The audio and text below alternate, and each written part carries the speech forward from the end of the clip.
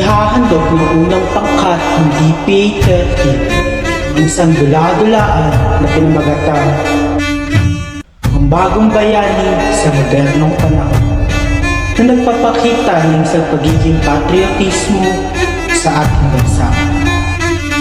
At ang pagsayaw ng folk dance na nagpapakita ng isang pagiging sa nationalismo.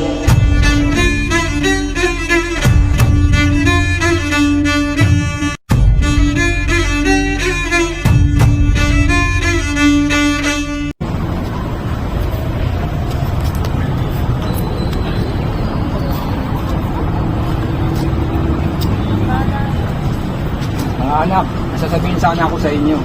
Ano po yun, Tay? Ano po yun, Tay? Gusto ko sana magpatingin sa ospital sa Maynila.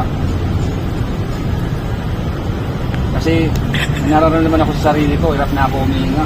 Lagi na sumasakit yung ulo ko. Pero, Tay, mahal yung mga gastusin dun. Hindi ba sapat yung kinikita ko sa trabaho? Ganun din sa akin, Tay. Ang taas ng bilihin na pamasahe. Baka kasi lumalayo ang nararamdaman ko eh. Kasi ayaw ko kasi iwanan kayo eh. Lalo na wala na yung inay niyo. Ito, Tay. Sana makatulong ko sa pupunta mo sa Maynila. Balitaan mo na namin ni Bunso sa mangyayari. Ito din, Tay, oh. Pagpasensya mo na dito, ito lang ang nakayawanan ko. Baka wala ka ng pambiling mga ano mo, anak. Pero maraming salamat sa inyo, anak. Saka mag-ingat kayo lagi. So sapat na to sa pagpatingin sa doktor. Tay, ikaw na lang bahala. Balitaan mo na namin ni Bunso. Sige, Tay, ingat ka, ha. Balitaan mo na lang kami sa resulta. Patient? Yes po. Pasok po. Maraming salamat po, Dok. Next po. Labas na po.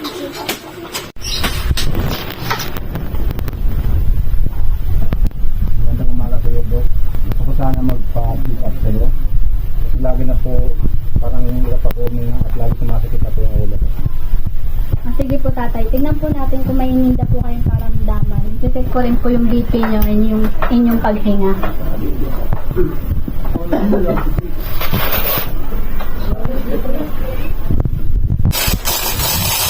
Ay po.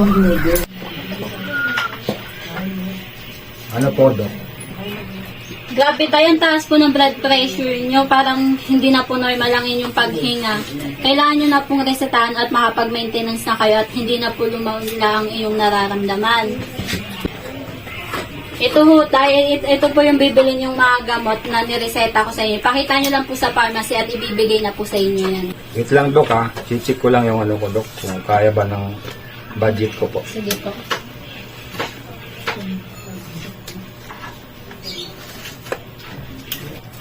Mahal po ba mga gamot na to, Dok? Medyo may kamahalan po yan tayo eh. Dok, maraming salamat sa iyo, Dok. Sige po tayo. Sandali lang po. Ako na po yung gagastos ang bibili yung gamot para po mabawasan yung mga problema nyo sa gastusin. Makakaya naman, Dok. Kasi sobrang mahal ng bili ng mga gamot ngayon. Ayos lang po yun tayo. Pasamahan na lang po kita kay nurse na magbayad sa pharmacy. Pag ganun, Dok, maraming salamat sa iyo, Dok. Pagpalain po kayo nawa ng Panginoon. Thank you po tayo. Salamat, Dok.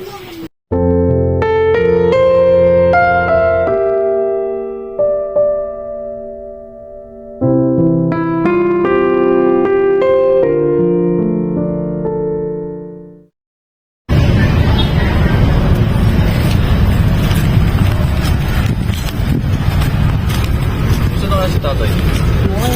Nakakabalila sa kanya. Mas kaya siya makakawin. Mga anak, Ito ba si tatay? may tumulong sa akin ang doktor sa Maynila, ang bait na. Tinulungan niya ako sa sakit ko. At ito po yung resita na binibigay sa akin mga anak. Tingnan niyo. Bakit, Tay? Ano ba nangyari? Hindi nga ako tayo, ano to?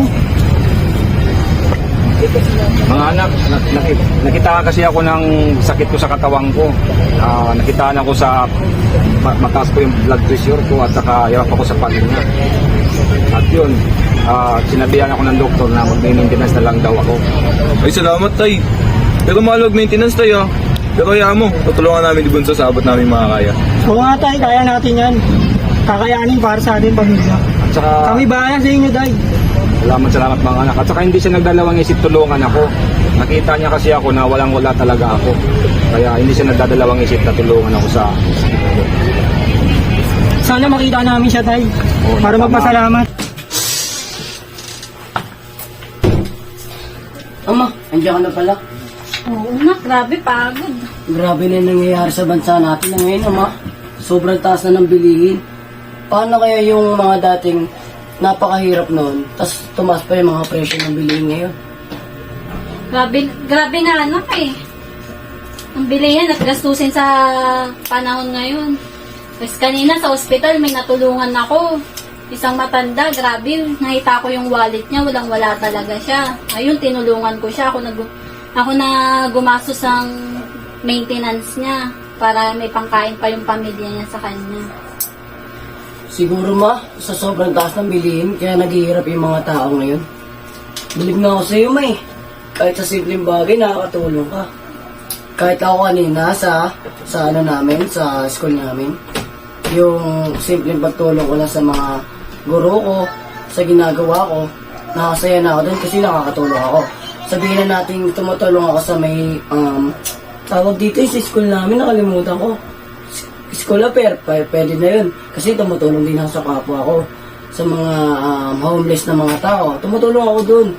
Diba? Simpleng ganun, nakakatulong tayo sa bansa.